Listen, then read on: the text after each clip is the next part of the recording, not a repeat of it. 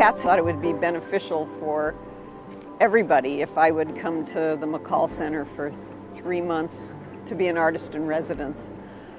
Because then I was accessible to the engineers for meetings, and then I was accessible to the public to show the public what I would propose for their walls, because this is their light rail system.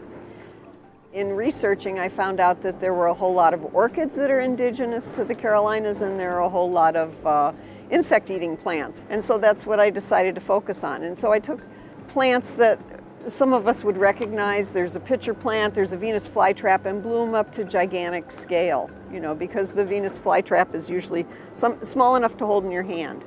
And at this point, you couldn't begin to hold this piece. As they drive by or take the light rail, it's only going to be this big out their window. And so, then we're back to that tiny scale. If I made them as tiny and if made them an actual size, nobody would see anything. But there's a perceptual shift.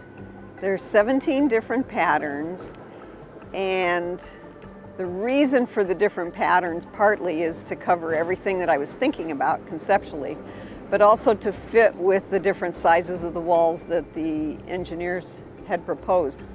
We weren't allowed to have all the depth in the world, so once you start limiting your depth, you have to figure out another way to show what you're trying to say. You have to do some visual tricks that become similar to what painters have to handle all the time. But painters get color to work with, and we have just black and white.